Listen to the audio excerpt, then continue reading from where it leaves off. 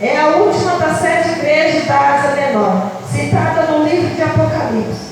Aquela igreja recebeu uma carta do Senhor por intermédio da vida do apóstolo João, no qual foi duramente criticada.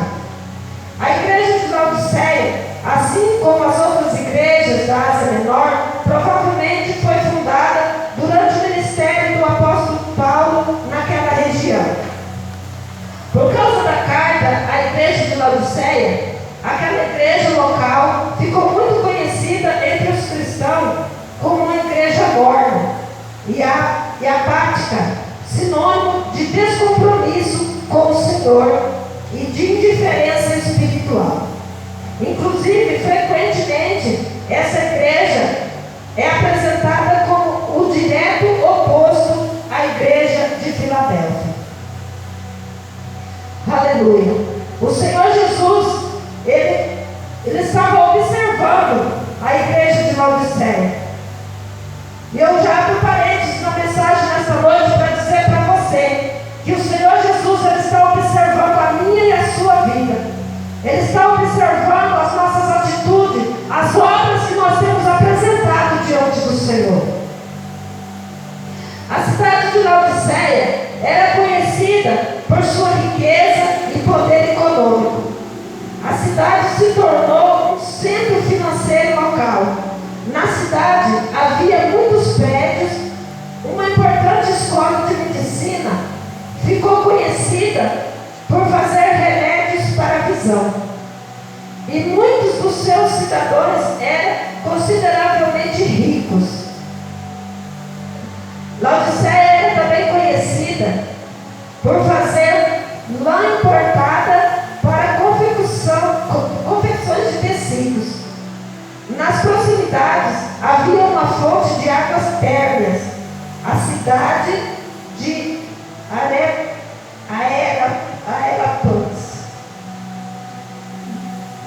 Hierápolis, vizinha de Laodiceia, possuía fontes de água quente, que eram usadas com propósitos medicinais.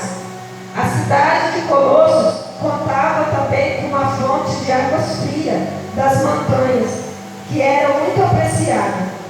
E o que eu entendo com isso é que o povo da cidade de Laodiceia, da igreja de Laodiceia, eles se deixaram se levar pelas riquezas da cidade, pelo poder, pela a situação financeira que a cidade tinha, pelas maravilhas que lá podia contemplar. Mas a igreja de Laodiceia, ela não buscava a presença de Deus. A igreja de Laodiceia não tinha a presença do Espírito Santo. E com isso, entristeceu o coração de Jesus. A igreja de Laodiceia era dada como morna e apática, sinônimo de pessoas que não tinham compromisso com o Senhor. Era dada como uma indiferença, como uma igreja que tinha uma indiferença espiritual. Era apresentada como direto oposto da igreja de Filadélfia. Porque na igreja de Filadélfia, olha o que diz capítulo 3, no verso 8: conheço as tuas obras, eis que diante de ti pus uma porta aberta, e ninguém a pode fechar. Tendo pouca força, guardaste minha palavra e não negaste o meu nome. Verso 10: visto que guardaste a palavra da minha paciência, também eu te guardarei da hora da tentação que há de vir sobre todo o mundo, para tentar os que habitam na terra. 11: eis que venho em breve, guarda o que tens, para que ninguém tome a tua coroa. O Senhor, ele disse isso à igreja de Filadélfia, porque ele encontrou na igreja de Filadélfia pessoas que ainda tendo pouca força, guardavam a palavra do Senhor. Que eu e você nesta noite venhamos ser como a igreja de Filadélfia, que o Senhor venha encontrar em nós a essência do Espírito Santo, que nós não venhamos perder a presença de Deus, que nós venhamos guardar a palavra do Senhor a cada dia no nosso nosso coração.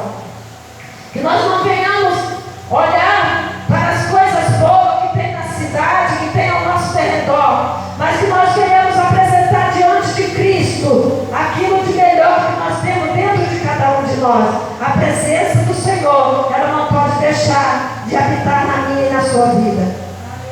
Aleluia, louvado seja o nome do Senhor. Tal como as demais cartas registradas no livro de Apocalipse, a carta foi dirigida ao líder daquela igreja, na qual o Senhor Jesus se apresentou como o Amém. A testemunha fiel e verdadeira, o princípio da criação de Deus. Em cada carta direcionada a cada igreja, o Senhor Jesus era apresentado de uma maneira. Aleluia, louvado seja o nome do Senhor. Na primeira carta a Efésios, ele foi apresentado como aquele que tem a mão direita, que tem na mão direita as 7 estrelas, que anda no meio dos 7 castiçais de ouro. A segunda carta é que a igreja de Esmirna, ele foi apresentado como o primeiro e o derradeiro, que esteve morto e reviveu. Na terceira carta, na igreja de Pérgamo, ele foi apresentado como aquele que tem a espada afiada de 2 gumes. Aleluia. Na quarta carta, a igreja de Tiatira, ele foi apresentado como o Filho de Deus, que tem os olhos como a chama de fogo e os pés semelhantes ao latão reluzente. Aleluia. Louvado seja o nome do Senhor. Na quinta carta, a igreja de Sardes, ele foi apresentado como que tem os 7 Espíritos de Deus e as 7 estrelas.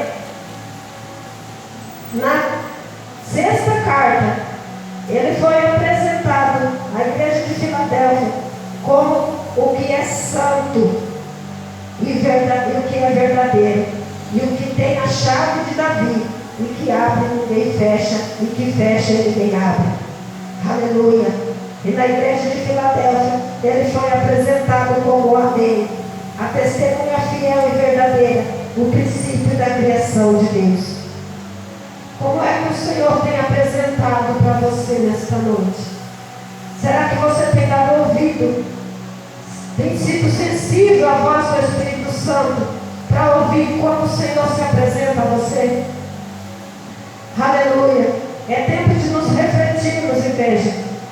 Aquilo que o Senhor tem falado a cada dia junto conosco, para mim e para você. Aleluia. E em cada carta, o Senhor, ele falava com cada igreja. E nesta noite ele desce aqui para falar comigo e com você. E na sequência, ele disse que conhecia as obras da igreja de Laodiceia. O problema é que o corpo de crente daquela igreja não era frio nem quente.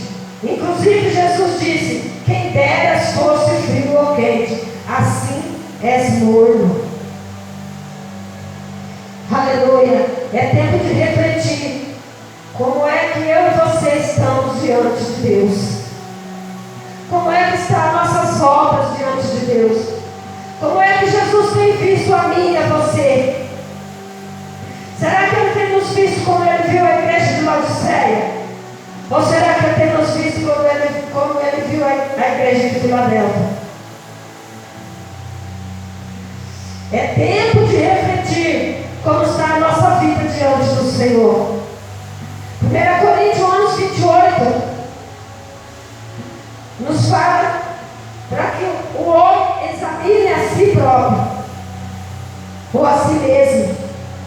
É tempo de eu e você fazer uma autoanálise na nossa vida. Como é que nós estamos diante do Senhor? Aleluia. Jesus está voltando, igreja.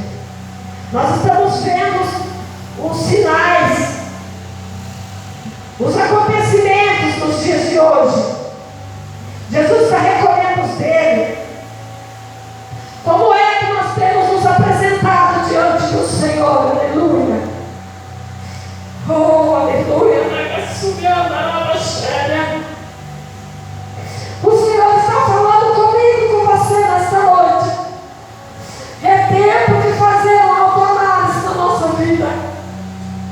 Aleluia. Meu Deus. Talvez ser frio, nesse caso, significasse ser alguém que ainda não havia tido contato com o Evangelho e podia ser evangelizado. Da mesma forma, ser quente significasse ser alguém fervoroso na fé, isto é, um cristão comprometido com Cristo. Por outro lado, ser frio, nas palavras de Jesus, poderia ser uma igreja semelhante àquele tipo de água refrescante, adequada para saciar a sede de alguém. Também era possível que ser quente significasse ser água termal, usada naquele tempo com propósito curativo. Mas o real estado dos crentes de Laodiceia era de mornidão. Um estado que deixava o próprio Jesus enjoado. Interessante é que Jesus não estava irado e pronto para destruir. Mas o preocupante é que ele estava com náusea, a ponto para vomitar da sua boca. Esse é o tipo de sentimento do Senhor em um relacionamento com alguém que não se repete em nenhum outro lugar na Bíblia. Irmãos, a igreja, o Senhor Jesus olhava para o estado que estava a igreja de Laodiceia. E o Senhor Jesus, ele sentiu ânsia de vômito. O Senhor Jesus, ele sentiu enjoo. É tempo de pararmos e pensar como é que Jesus tem olhado para essa população nos dias de hoje.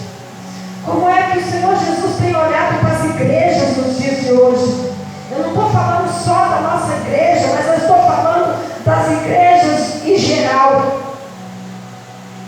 Como é que o Senhor Jesus tem nos visto diante da presença dele? Meu Deus. O Senhor Jesus apontou de forma direta os erros da igreja de Laodiceia. Era uma igreja morna, espiritualmente indiferente. Aquela igreja estava confortável e acomodada ao mundo. E é o que estamos vendo nos dias de hoje. Como eu acabei de falar, não só dentro da nossa igreja, mas no meio das igrejas de maneira geral.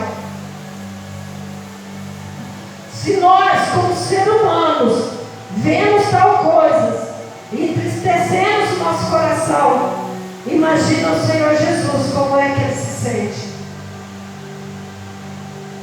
Talvez o Senhor Jesus tenha olhado para a população nos dias de hoje, para as igrejas nos dias de hoje, e falado como ele disse para a igreja de Laodiceia: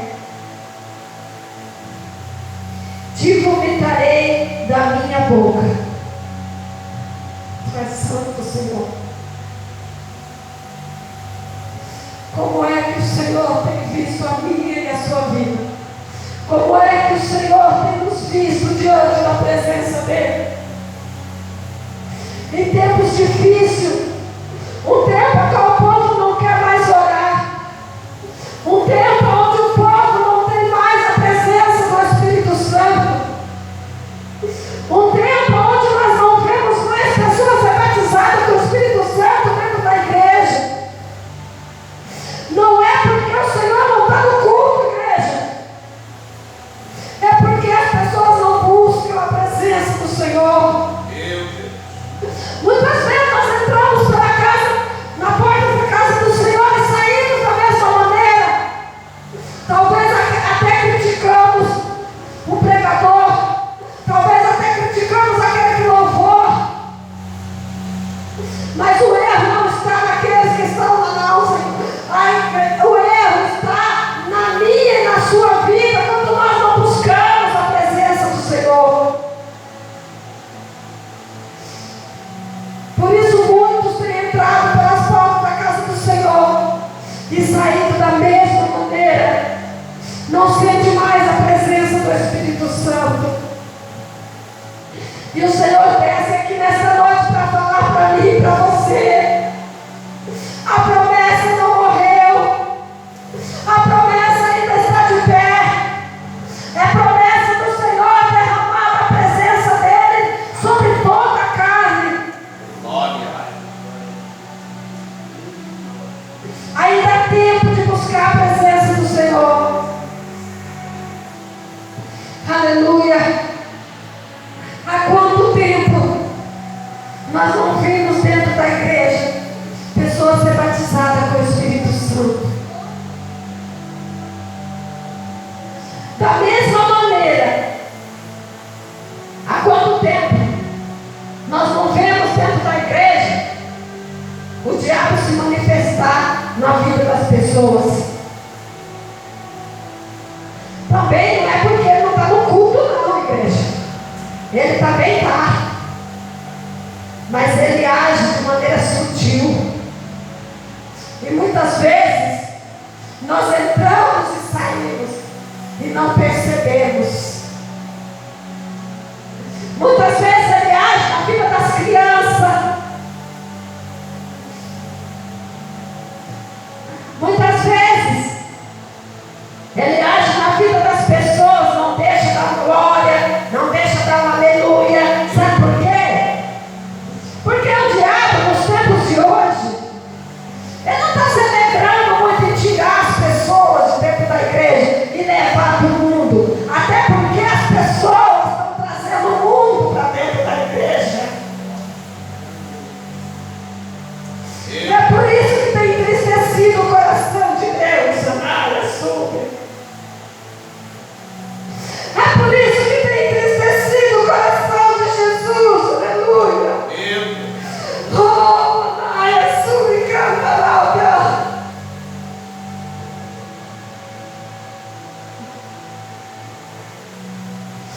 O diabo, ele tem se alegrado e ver as pessoas dentro da igreja, mas fazendo a vontade dele. Porque ele sabe que isso entristece o coração de Deus. Era o que estava acontecendo com a igreja de Laodiceia.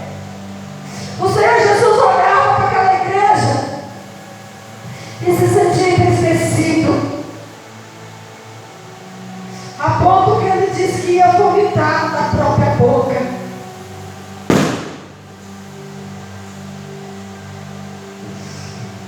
E olha o que diz o verso 17: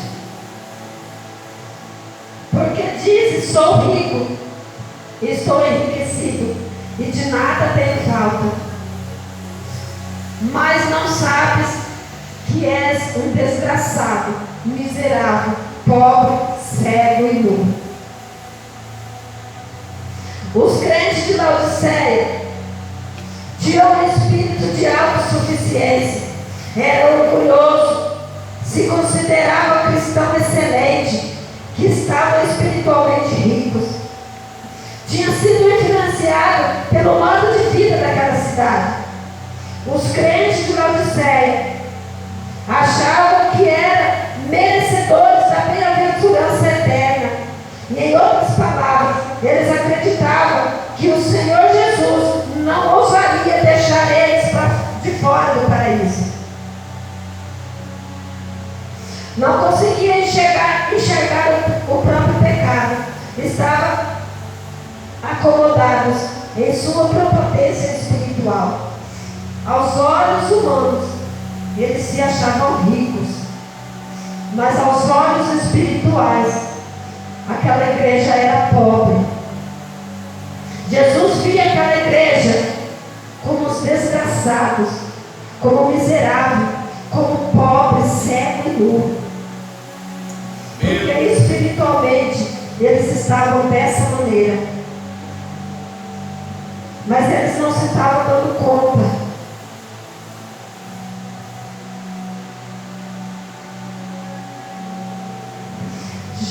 Jesus, ele revelou a verdadeira situação espiritual espiritual da igreja de Laodiceia. Jesus exortou aquela igreja a uma mudança urgente. É interessante notar que Jesus, ele não deu ordem, mas Jesus, ele deu conselho para aqueles crentes.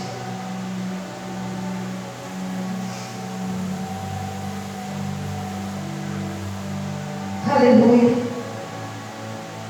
É interessante observarmos a comparação que Jesus fez à igreja de Laodiceia com as coisas que tinha naquela cidade. A cidade de Laodiceia era rica, mas a igreja de Laodiceia era pobre espiritualmente.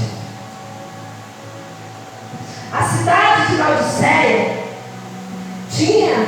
era famosa, tinha uma escola de medicina, a qual ficou conhecida por fazer remédio para a visão, mas espiritualmente a igreja de Laodiceia era cega. Meu Deus.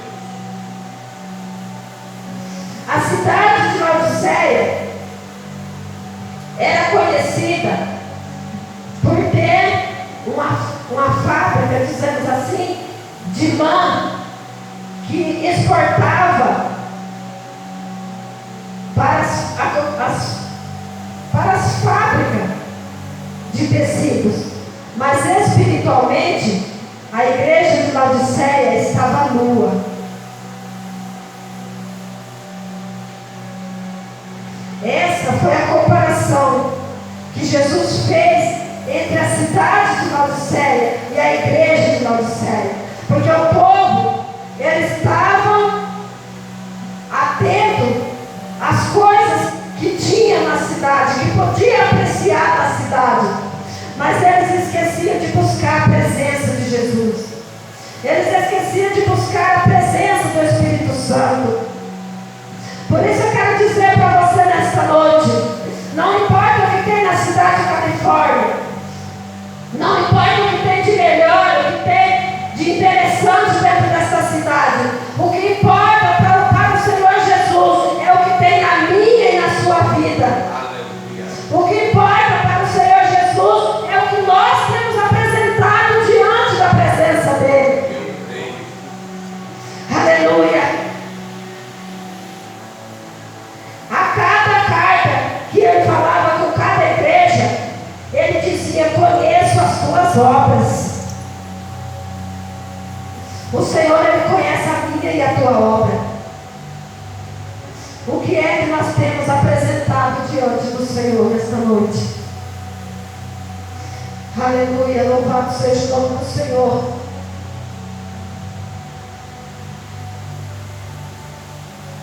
Verso 18: aconselho-te que compres de mim ouro provado no fogo, para que te enriqueças, vestes branca para que te vista, e não apareça a vergonha da tua nudez, e colírio para os olhos, a fim de que vejas. Jesus estava falando da salvação e das bênçãos envolvidas nela. A salvação é o ouro que realmente enriquece o homem.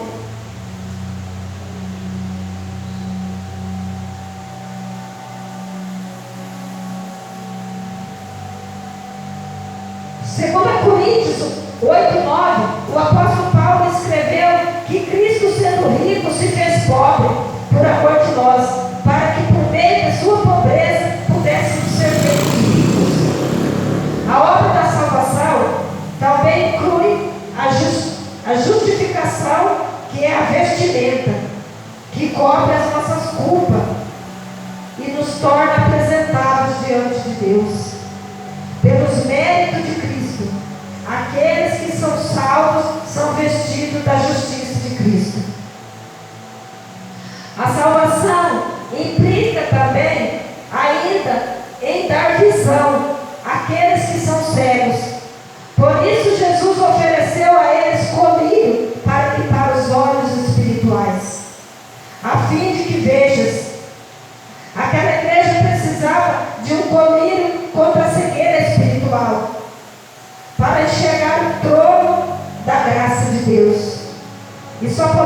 encontrai-se comigo em Cristo Jesus. Aleluia. E porque Jesus aconselhava aquele povo a comprar dele tudo o que precisava.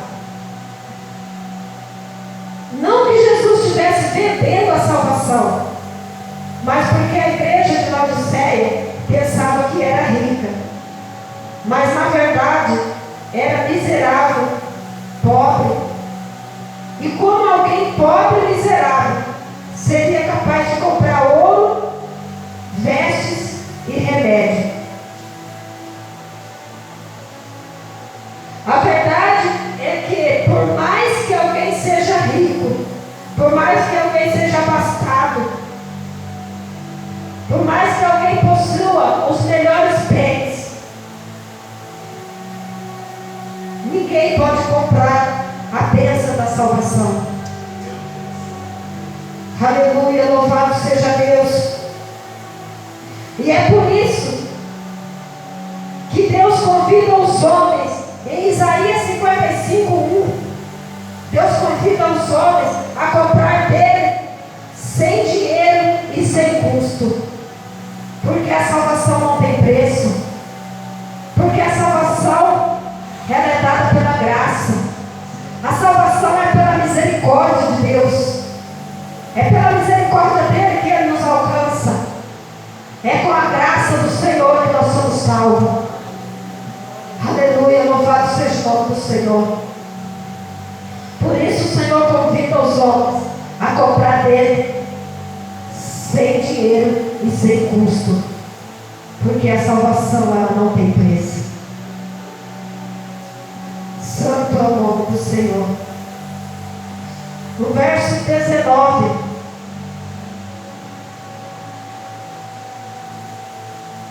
eu repreendo, castigo todos quanto amo, se pois zeloso e arrependente.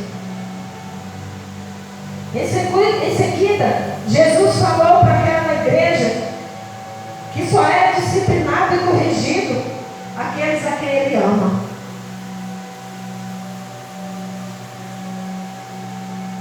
Apesar de tudo, Cristo amava aquela igreja.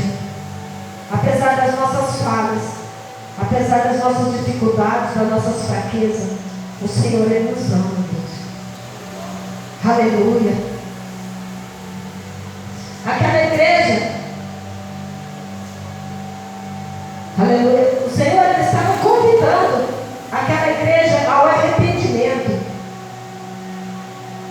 O Senhor ele convida a mim e a você nesta noite a nos arrepender todos os dias, porque nós somos pecadores. O Senhor ele abomina o pecado, mas ele ama o pecador.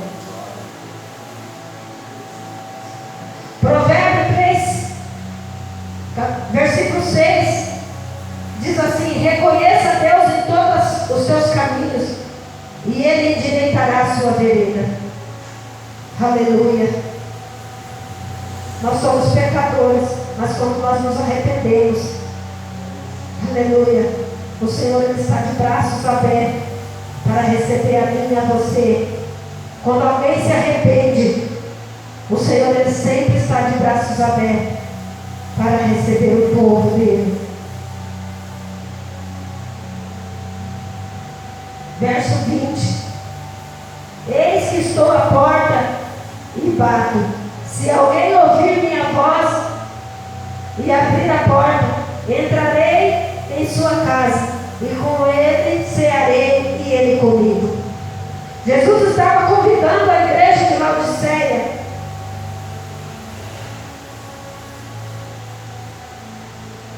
Jesus estava dizendo para aquela igreja que ele estava batendo na porta repetidamente, e se alguém ouvisse a voz do Senhor e abrisse a porta, ele entraria para cear junto com eles. Isso era um convite para a renovação de um relacionamento com o Senhor. Era um convite para a intimidade. Só senta na mesa quem renova a aliança. Aleluia. Só senta na mesa quem tem relacionamento com Cristo.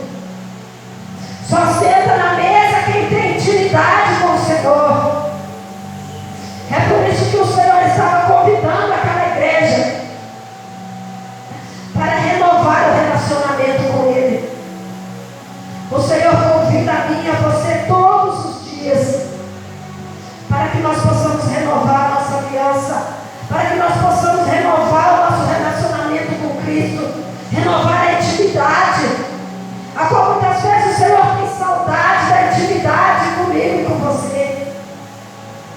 Aleluia.